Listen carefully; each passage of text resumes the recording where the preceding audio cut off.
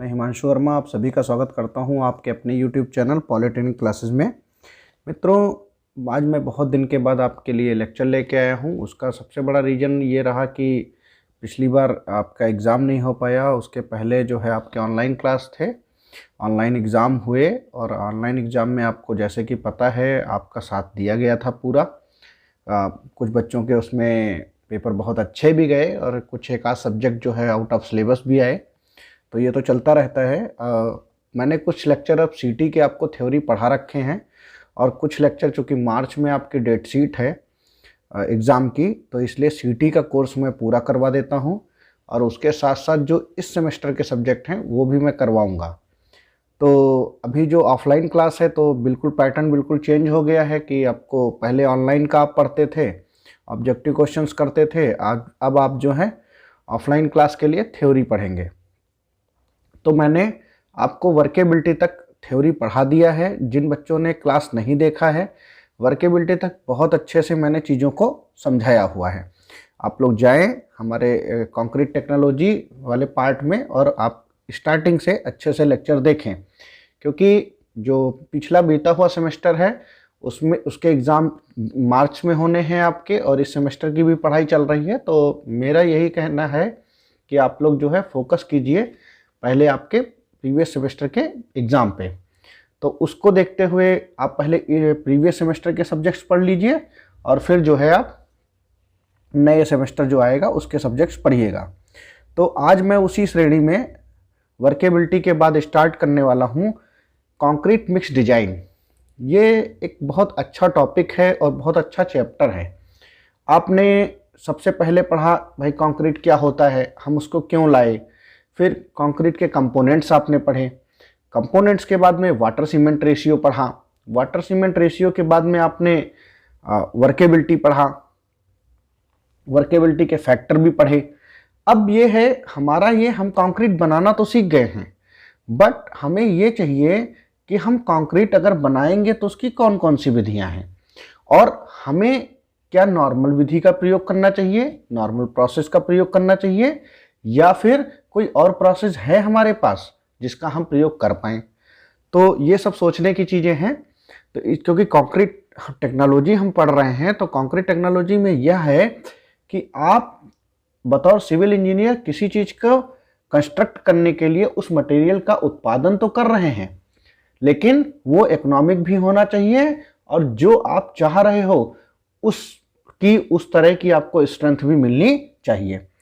तो जैसा मैंने शब्दशः कहा है आपसे कि कंक्रीट मिक्स क्या होता है कि अगर हमें मान लीजिए 40 किलो न्यूटन का, अगर हमें मान लीजिए 40 किलो न्यूटन का लोड के लिए कंक्रीट चाहिए, तो हम जो कंक्रीट का निर्माण करें वो 40 की ही हो, वो स्ट्रेंथ हमें 40 की ही प्रोवाइड करे। ऐसा हमारा मानना है, हमारा सोचना है और ऐसा ही होना चाहिए।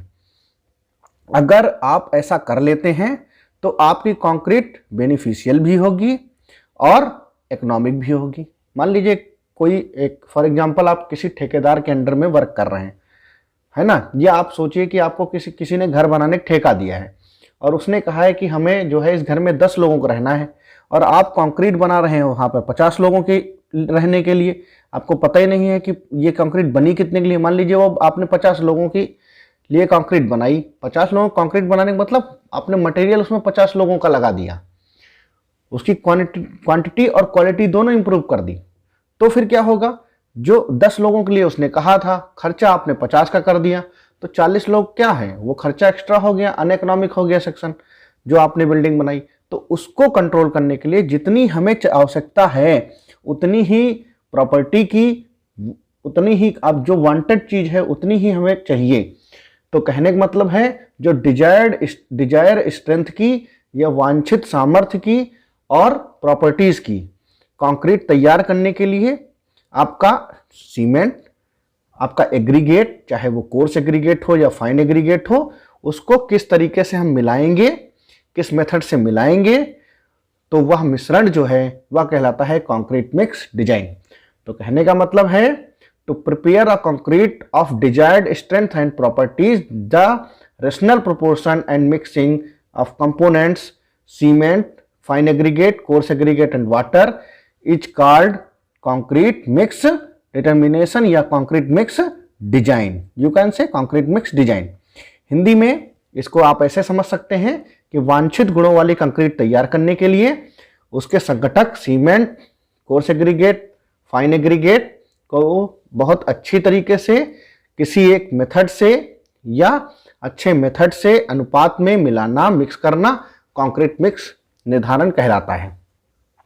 ओके, अब यहां पर मैं एक बात और बता देता हूं, ये हमें कैसे पता चलेगा कि हमको इतनी ही स्ट्रेंथ की कंक्रीट चाहिए। तो होता क्या है, मान लीजिए मैंने आपसे कहा कि भाई ये हमारी बिल्डिंग है, क्योंकि आप लोग सोम पढ़ चुके होंगे। अब इस पूरे स्ट्रक्चर का जो डेड लोड है वो फॉर एग्जांपल 10 किलो न्यूटन है और इसका लाइव लोड है वो 5 किलो न्यूटन है। तो हमें जो कंक्रीट चाहिए उसकी स्ट्रेंथ होनी चाहिए 50 किलो न्यूटन की लोडिंग के लिए, है ना। तो 15 किलो न्यूटन लोडिंग के लिए, 10 और 5 15, तो 15 किलो न्यूटन के लिए आपको कंक्रीट चाहिए। तो जो भी हम इंग्रेडिएंट मिलाएंगे, जैसा कि आपने वर्केबिलिटी में या उसके पहले पढ़ा है, हम क्यूब बनाते हैं और क्यूब की कंप्रेसिव स्ट्रेंथ निकालते हैं। तो हमें आपको पहले से पता चल जाएगा कि जो कंक्रीट का क्यूब है वो कितनी स्ट्रेंथ प्रोवाइड कर रहा है। बाकी मैं आगे आपके चैप्टर जैसे बढ़ता रहेगा वैसी मैं बात आपको बताता रहूंगा। तो यहां तक आप इतना समझिए कंक्रीट मिक्स डिजाइन क्या होता है। सिर्फ एक लाइन में अगर देखा जाए तो वांछित गुणों और सामर्थ्य वाली कंक्रीट प्राप्त करने के लिए जिस तरीके से हम मोटा मिलावा, महीन मिलावा और सीमेंट को, या आप एक छोटे से शब्दों में कह सकते हैं कंक्रीट के कंपोनेंट को जिस तरीके से निर्धारित करते हैं, मिलाते हैं, वह कहलाता है कंक्रीट मिक्स डिजाइन या निर्धारण। ओके, नेक्स्ट है इसका उद्देश्य क्या है, ऑब्जेक्ट्स क्या है। तो ऑब्जेक्ट तो आपको क्लियर हो गया होगा, लेकिन चूंकि आपके बुक्स में पॉइंट वाइज दे रखा है इसलिए मैं आपको पॉइंट वाइज समझाता हूं कि ऑब्जेक्ट्स ऑफ मिक्स डिजाइन क्या है। निर्धारित सामर्थ्य वाली गुणों वाली कंक्रीट को तैयार करना। ठीक है, आपका जो स्ट्रेंथ होनी चाहिए वो निर्धारित होनी चाहिए और उसकी प्रॉपर्टी भी जो आप चाहो वो होनी चाहिए। उसके बाद दूसरा मैंने जो अभी आपको बताया था, जब मैंने एग्जांपल ले रहा ठेकेदार वाला, अनइकोनॉमिक वाला, तो क्या लिखा है, कंक्रीट के उत्पादन की लागत जो है वो न्यूनतम होनी चाहिए। तो there are 2 points. First point is कि जो स्ट्रेंथ और आपको उसके प्रॉपर्टी चाहिए वो आपको कंक्रीट तैयार हो जाए, और दूसरा उसका जो वैल्यू है वो इकोनॉमिक हो, है ना। यही दो चीजें इसके ऑब्जेक्ट्स में आएंगी। यही कंक्रीट मिक्स डिजाइन का हमारा उद्देश्य है, यही उद्देश्य है कंक्रीट मिक्स डिजाइन का। नेक्स्ट आपका बात करते हैं कि कंक्रीट मिक्स डिजाइन को चयन को प्रभावित करने वाले कारक कौन कौन से हैं। तो कारक में जब आप कोई पूछे आपसे कि factor influencing the choice of concrete mix design, मान लीजिए आपसे किसी ने कहा भाई आप कंक्रीट बना के दीजिए, तो आप क्या कहेंगे, उसको कौन से कारक प्रभावित करेंगे, आपको उसकी डिटेलिंग पता होनी चाहिए। तो क्या क्या डिटेलिंग पता होनी चाहिए, किससे कंक्रीट मिक्स डिजाइन प्रभावित हो सकता है। तो संपीड़न सामर्थ्य थे, कंप्रेसिव स्ट्रेंथ से, सुकार्यता वर्केबिलिटी से, सुकार्यता या सुकरता वर्केबिलिटी, टिकाऊपन ड्यूरेबिलिटी, उसकी एज क्या है, टिकाऊपन कितना है, जल सीमेंट अनुपात वाटर सीमेंट रेशियो, मिलावे की अधिकतम माप, उसका साइज और उसका क्वालिटी कंट्रोल। तो पहला पॉइंट आपका है संपीड़न सामर्थ्य, दूसरा है सुकार्यता और सुकरता, ये उसके चयन को प्रभावित करने वाले कारक हैं। तीसरा आपका टिकाऊपन, चौथा आपका वाटर सीमेंट रेशियो, पांचवा आपका है मिलावे का अधिकतम माप। यहां पर फोर्थ और फिफ्थ हो गया है, कोई दिक्कत नहीं है, यहां पर इसको फोर्थ कर लीजिएगा, इसको फिफ्थ कर लीजिएगा, इसको सिक्स कर लीजिएगा। मिलावे की अधिकतम माप और गुणवत्ता नियंत्रण। ठीक है, गुणवत्ता नियंत्रण बोले तो क्वालिटी कंट्रोल। तो संपीड़न सामर्थ्य क्या है, देखिए जब कंक्रीट का कंप्रेसिव स्ट्रेंथ जितना ही ज्यादा होगा उतना ही आपको क्या होगा, कंक्रीट में एग्रीगेट की प्रॉपर्टी उतनी अच्छी मिलानी पड़ेगी, सीमेंट की क्वालिटी उतनी अच्छी मिलानी पड़ेगी। तो जब कंक्रीट मिक्स डिजाइन करेंगे तो उसमें एग्रीगेट की क्वालिटी को देखेंगे या उसकी परसेंटेज को बढ़ाएंगे, है ना, यही तो है कंप्रेसिव स्ट्रेंथ। तो इसलिए तो भिन्न भिन्न अगर डिफरेंट स्ट्रेंथ है तो उसके लिए अलग अलग आप कंक्रीट मिक्स बनाएंगे। ठीक है, अगर मिनिमम है तो मिनिमम, मैक्सिमम स्ट्रेंथ चाहिए तो मैक्सिमम। वर्केबिलिटी, जैसे ही क्योंकि आप जानते हैं वर्केबिलिटी कब बढ़ती है, जब आपका कंक्रीट जो है वो पानी मिलता है। अब कंक्रीट में अगर पानी नहीं है, पानी कम है, तो कंक्रीट की कुटाई होती है, कंक्रीट का कॉम्पैक्शन होता है। कॉम्पैक्शन दो टाइप से होता है, एक आपका कॉम्पैक्शन होता है बाई हैंड और एक आपका होता है वाइब्रेटर से। तो जो बाई हैंड होता है वो कंक्रीट की जो बाई हैंड कुटाई होती है उसकी वर्केबिलिटी अच्छी होती है, और जिन कंक्रीट की वर्केबिलिटी अच्छी नहीं होती है उनको वाइब्रेटर से आपकी कॉम्पैक्ट करना पड़ता है। रीजन यह है कि जो हाथ में, भाई एक आदमी है, हाथ से वो कूट रहा है तो उसके अंदर इतनी पावर नहीं है ना, इतनी क्षमता नहीं है कंक्रीट को कूट कूट के आपका उसको, जैसे यहां पर है एक, ये दो चीजें हैं, यहां पर मैंने कोई गीली चीज भर दी है हल्की सी, और यहां बिल्कुल ड्राई चीज भर दी है, तो इसको बराबर करने के लिए आपको या तो बहुत देर तक इसमें कुटाई करें तो टाइम हो जाएगा, पानी जम जाएगा सीमेंट का, है ना, और ये जो है इसको हल्का सा वाइब्रेट करेंगे या इसमें दो चार आप जो है टेम्पिंग रॉड डालेंगे और इसकी कुटाई हो जाएगी। तो ऐसी कंक्रीट जिसकी वर्केबिलिटी कम होती है या जिसमें पानी की मात्रा कम होती है उसमें हमें वाइब्रेटर से कुटाई करनी पड़ती है, कॉम्पैक्ट करना पड़ता है, और नॉर्मल के लिए हैंड की कुटाई चल जाती है या हैंड कॉम्पैक्शन वर्क कर जाता है। ठीक है, तो यह भी प्रभावित करता है। उसके बाद ड्यूरेबिलिटी। ड्यूरेबिलिटी क्या है, यह वाटर सीमेंट पर चयन करता है। कंक्रीट का जो टिकाऊपन है वो वाटर सीमेंट पर, अगर हाई स्ट्रेंथ की कंक्रीट होगी तो वह ज्यादा देर तक टिकेगी, उसका स्ट्रेंथ भी ज्यादा होगा तो एग्रीगेट का प्रॉपर्टी भी ज्यादा होगा, सीमेंट का प्रॉपर्टी भी ज्यादा होगा, है ना, तो ड्यूरेबिलिटी भी इफेक्ट करेगा। नेक्स्ट है आपका maximum size of aggregate. Maximum size of aggregate क्या करता है, देखिए दो चीजें हैं यहां पर, एक है मिलावे का अधिकतम माप और एक है श्रेणीकृत मिलावा। तो मिलावे का अधिकतम माप क्यों हम ज्यादा बड़ा नहीं लेते हैं, देखिए जैसे जैसे मिलावे का साइज बढ़ता रहता है वैसे वैसे उसमें गैपिंग बढ़ती रहती है, गैपिंग बढ़ती रहती है, और ज्यादा जैसे जैसे हम साइज बढ़ाएंगे, जैसे मान लीजिए एक एग्रीगेट ये है, दो हैं, और इसके मैंने 10 टुकड़े कर दिए छोटे छोटे से, ठीक है, फॉर एग्जांपल 10, तो 2 2 4 3 7 1 8 4 3 7 2 9 1 10, ये 10 टुकड़े हो गए आपके। अगर इन दोनों का सरफेस एरिया और इनके सरफेस एरिया, किसका सरफेस एरिया ज्यादा है, इन दो टुकड़ों से मैंने इतने कर दिए, तो मान लीजिए 4 लीटर पानी इसमें डालें, 4 लीटर पानी इसमें डालें, तो वाटर सीमेंट रेशियो किसका ज्यादा हो जाएगा, वाटर सीमेंट रेशियो इसमें ज्यादा हो जाएगा। अगर उतने ही पानी में बनाएंगे तो वाटर सीमेंट रेशियो ज्यादा हो जाएगा, तो फिर क्या होगा, वर्केबिलिटी बहुत ज्यादा हो जाएगी। वर्केबिलिटी बहुत ज्यादा हो जाने से क्या होता है, आपका स्ट्रेंथ जो है कंक्रीट की वो क्या होगी, स्ट्रेंथ आपकी कंक्रीट की डाउन हो जाएगी, क्योंकि सीमेंट देर में जमेगा, सीमेंट देर में जमेगा, और यहां पर कंक्रीट हार्श हो जाएगा। हार्श का मतलब रुक्ष हो जाएगा, क्योंकि यहां पर उसका सरफेस एरिया बढ़ गया है, सरफेस एरिया बढ़ गया है तो पानी की मात्रा को ज्यादा लगेगा।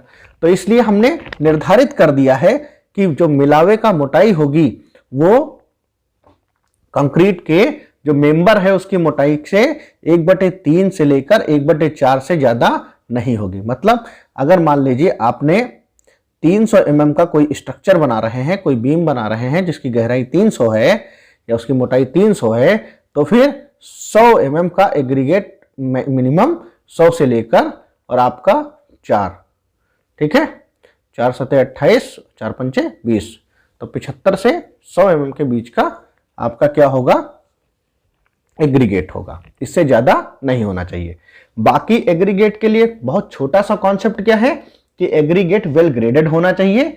वेल ग्रेडेड का मतलब उसमें सभी प्रकार के मिलावे होने चाहिए, जिससे देखिए सभी प्रकार के मिलावे होने से होता क्या है ये मैं आपको यहीं पर समझा देता हूं, आगे जब ये बात आएगी तो मैं इसको फिर से एक बार आपको बताऊंगा। देखिए ये बाल्टी है, इसमें आपने क्रिकेट की बॉल रख दी, क्रिकेट की बॉल लगभग सेम साइज की होती है, तो देखिए उसमें सब में गैपिंग समान रहेगी। और यही मैं आपसे कहूं कि इसमें गिट्टी रख दो 50 mm से लेकर और आपका 2 mm तक या 1 mm तक, ठीक है, और सबका साइज हो, तो यहाँ गैपिंग क्या होगी, पूरी तरीके से अच्छे से लगा रहेगा, फिल हो गया है। फिर इसमें सिर्फ सीमेंट आ सकती है और पानी आ सकता है।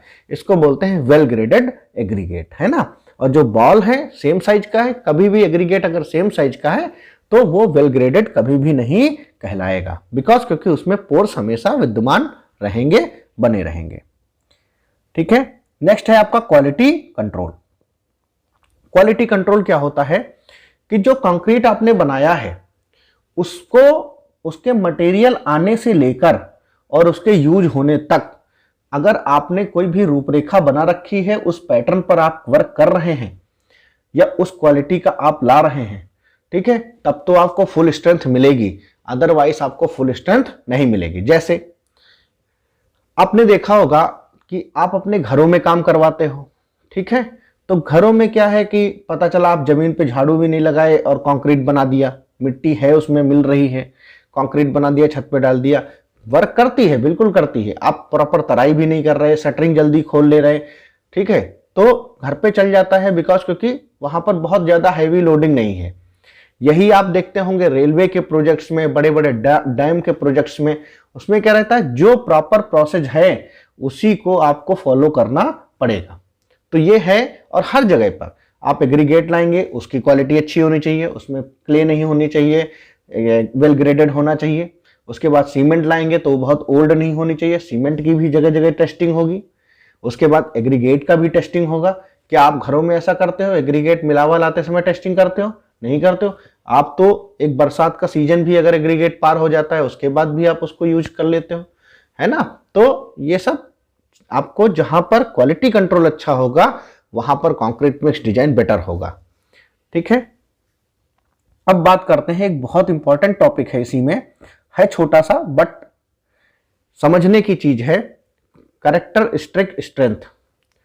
तो कैरेक्टरिस्टिक स्ट्रेंथ क्या होती है? अभिलाक्षणिक सामर्थ्य, ठीक है।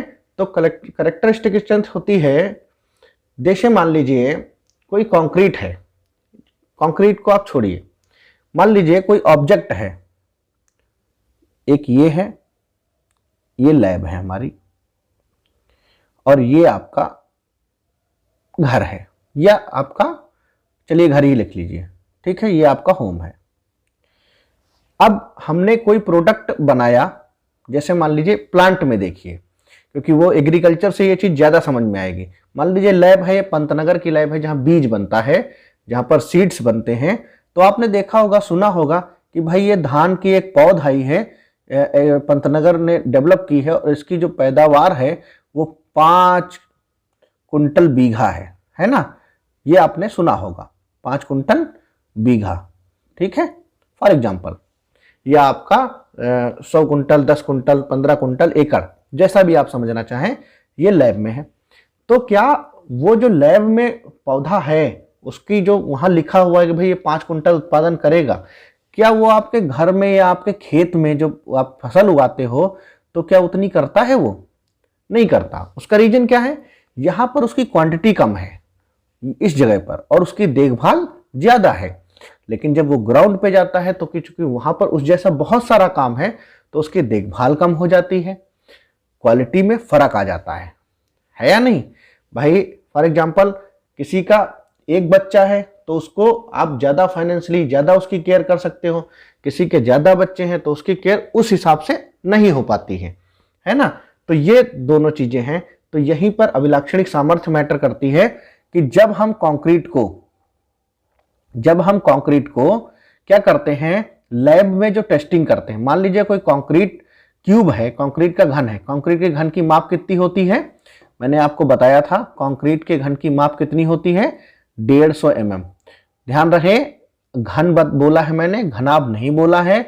घन जिसकी सभी भुजाएं बराबर हैं, इसलिए मैंने एक भुजा का साइज दिया 150, मतलब उसकी लंबाई, ऊंचाई, चौड़ाई सब जो है 150 mm होगी। ये लोग बच्चे बहुत ध्यान ले रहे हैं। यहाँ पर जब आप क्लास में होते हैं तो आप सब हाँ हाँ बोलते हैं, हाँ ठीक है, याद है, लेकिन जब उससे बच्चे से पूछा जाता है तो वो कहते हैं अरे भूल गया सर, ये नहीं होता है, दूसरा होता है, कुछ दूसरा बताते हैं, ठीक है। तो कंक्रीट का स्ट्रेंथ 150 और सीमेंट, कंक्रीट का डायमेंशन 150 और जो सीमेंट का होता है वो आपका 70.5 6 mm। ठीक है, तो ये चीजें आप ध्यान रखिएगा इसका साइज क्यूब का। अब हम 150 mm क्यूब की कंप्रेसिव स्ट्रेंथ निकालते हैं लैब में, तो मान लीजिए वो आई 100 किलो न्यूटन। ठीक है, तो रूल क्या कहता है कि ये जो कंप्रेसिव स्ट्रेंथ 100 किलो न्यूटन है, यह जब फील्ड में जाए तो फील्ड में इसको 95% या 95% स्ट्रेंथ देनी चाहिए। अगर 100 यहां आई है तो इसका मतलब बाहर ग्राउंड पर 95 किलो न्यूटन दे, अन्यथा यह फेल है। तो जो वह 95 दे रहा है वह क्या कहलाएगी, उसकी कैरेक्टरिस्टिक स्ट्रेंथ कहलाएगी, कैरेक्टरिस्टिक स्ट्रेंथ कहलाएगी या अभिलाक्षणिक सामर्थ्य कहलाएगी। एक मजाक के टाइप में भी है, डोंट टेक सीरियस, बट समझने की चीज है कि आप घर पे क्या बिहेव करते हैं वो एक अलग मैटर है, वो आपकी लैब है, और आप जब बाहर आते हो तब आपका कैरेक्टर दिखता है कि असलियत में आप हो क्या। तो वही चीज है यहां पर भी, घर पे तो आप 100% हो, बट आप बाहर निकल के कैसा बिहेव करते हो, दैट इज योर कैरेक्टर। तो कंक्रीट में भी दैट इज हिज स्ट्रेंथ, तो that's called characteristic strength. Okay, I think समझ गए होंगे। तो इसमें 5% का टॉलरेंस है। अब एक चीज ध्यान रखिएगा, 95% प्रदर्शित करे वो सही है, लेकिन अगर मान लो कोई 100% कर रहा है, जैसा कि इम्पॉसिबल होता है अक्सर, लेकिन अगर कर भी रहा है तो वो बहुत अच्छी बात है। अगर किसी की स्ट्रेंथ 96 आ रही, मच बेटर, बहुत अच्छी बात है, बट 94 नहीं आनी चाहिए। ठीक है, समझ गए। नेक्स्ट है आपका कंक्रीट की ग्रेड्स। इस लेक्चर में आपको ग्रेड्स तक मैं पढ़ाऊंगा, छोटे छोटे 2 पार्ट में इस चैप्टर को डिवाइड कर दूंगा, जिससे ये रहेगा कि आपको पढ़ने में आसानी रहेगी और लेक्चर को समझने में आसानी रहेगी, बोर नहीं होंगे आप। तो ग्रेड, कंक्रीट की ग्रेड, तो देखिए हमने ग्रेड लिखी है यहाँ पर। कंक्रीट को 3 ग्रेडों में मुख्यतः बांटा गया है। ठीक है, कौन कौन सी ग्रेड में, मैं पहले सबकी ग्रेड पढ़ देता हूं, आपको बता देता हूं। तो ये आपका टेबल है कंक्रीट ग्रेड्स, इसको ग्रुप, ग्रेड और उसकी अभिलाक्षणिक संपीड़न सामर्थ्य में डिवाइड किया गया है। तो पहली ग्रेड है ऑर्डिनरी कंक्रीट या सामान्य कंक्रीट, दूसरी है आपकी मानक कंक्रीट या स्टैंडर्ड कंक्रीट, और तीसरी है आपकी हाई स्ट्रेंथ कंक्रीट। ठीक है, हाई स्ट्रेंथ कंक्रीट। तो देखिए सबसे पहले हम पढ़ते हैं ऑर्डिनरी कंक्रीट। सामान्य कंक्रीट में कौन कौन सी ग्रेड आती हैं, तो आपका M10 आता है, M15 आता है, M20 आता है। हेयर M मीन्स, M का मतलब क्या है, मिक्स, M का मतलब क्या है, मिक्स। ठीक है, और 10 की इसकी क्या है, यहां पर लिखा है, आप देखिए 150 mm घन की 28 दिन की तराई पर कितनी क्या है, कंप्रेसिव स्ट्रेंथ है, अभिलाक्षणिक संपीड़न सामर्थ्य है, कैरेक्टरिस्टिक कंप्रेसिव स्ट्रेंथ है कितनी, 10 न्यूटन पर mm स्क्वायर। ठीक है, यहां तक कोई दिक्कत नहीं होनी चाहिए।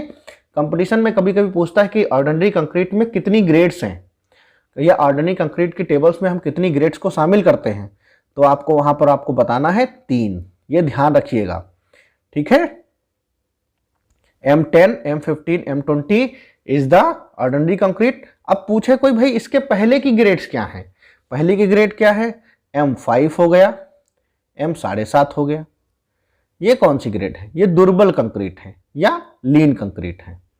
ठीक है, दुर्बल कंक्रीट या लीन कंक्रीट, LEAN है ना, दुर्बल कंक्रीट या लीन कंक्रीट। इसको हम कहाँ यूज करते हैं, इसको जब हम फाउंडेशन बनाते हैं तो उसका बॉटम बनाने में यूज करते हैं, उसकी ग्राउंड सरफेस को प्रिपेयर करने में प्रयोग किया जाता है। नेक्स्ट है आपका मानक कंक्रीट या स्टैंडर्ड कंक्रीट।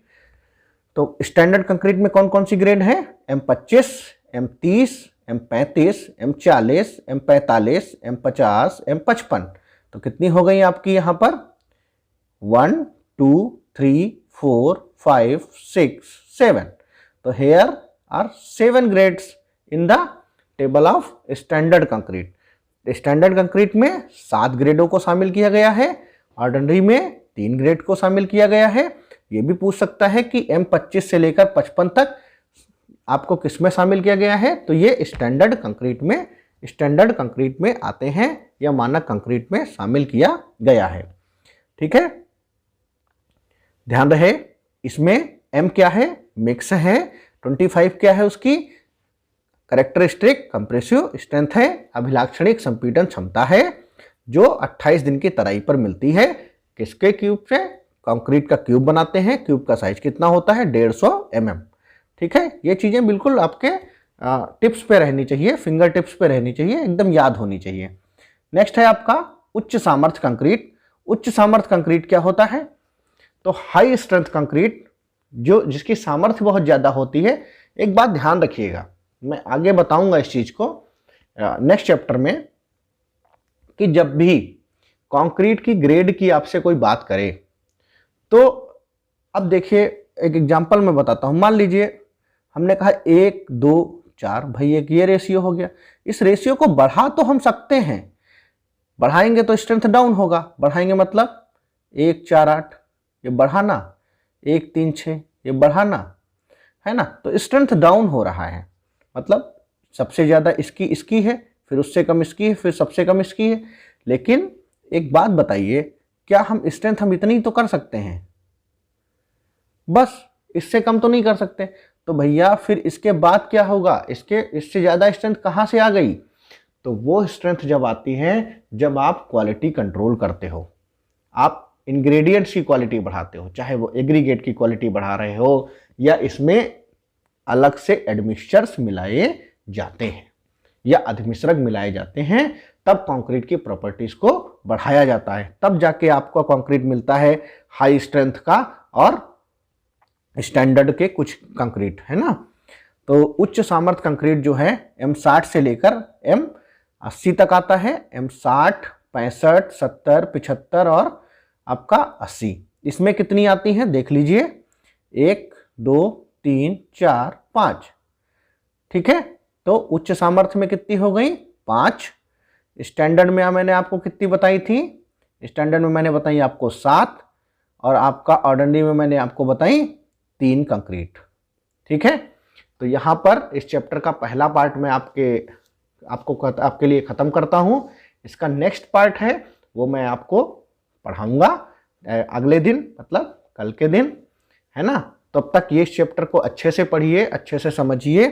और अभी आप लोगों के कॉलेज में प्रैक्टिकल चल रहे होंगे, एग्जाम का वाइवा अच्छे से दीजिए। कंक्रीट का अगर वाइवा है तो उसको अच्छे से पढ़िए। अगर आपका वाइवा हो गया है तो फिर बहुत अच्छी बात है। अगर आपका इन फ्यूचर वाइवा है तो आपके वाइवा के लिए आपको ऑल द बेस्ट। ठीक है, अच्छे से प्रैक्टिकल लिखिए, अच्छे से करिए। मैं आपको विश्वास दिलाता हूं कि कंक्रीट सब्जेक्ट मैं आपका जरूर पूरा करूंगा। ठीक है, उसके बाद भी देखेंगे इस सेमेस्टर के कौन से सब्जेक्ट हैं जो मुझे पढ़ाने हैं, और वो मैं आपको पढ़ाऊंगा। आपका अंकित सर, सचिन सर, ये सभी लोग भी धीरे धीरे आपको पढ़ाएंगे। ठीक है, तो आप लोग जुड़ना शुरू कर दीजिए। इस चैप्टर का नोट्स और अगले चैप्टर का नोट्स दोनों एक साथ में मैं आपको जिस दिन अगला चैप्टर पढ़ाऊंगा उसी दिन आपको प्रोवाइड कर दूंगा। दोनों चैप्टर के PDF फाइल आपको टेलीग्राम पर हमारे मिल जाएगी। आप लोग जल्द से जल्द टेलीग्राम ग्रुप पर अगर ज्वाइन नहीं है तो जुड़ जाइए। आपको दोनों चैप्टर का एक साथ में नोट्स प्रोवाइड करूंगा, मतलब चैप्टर पूरा एक ही होगा, दोनों लेक्चर का नोट्स प्रोवाइड कर दूंगा। ठीक है, चलिए, thank you so much, thanks for watching my dear friends.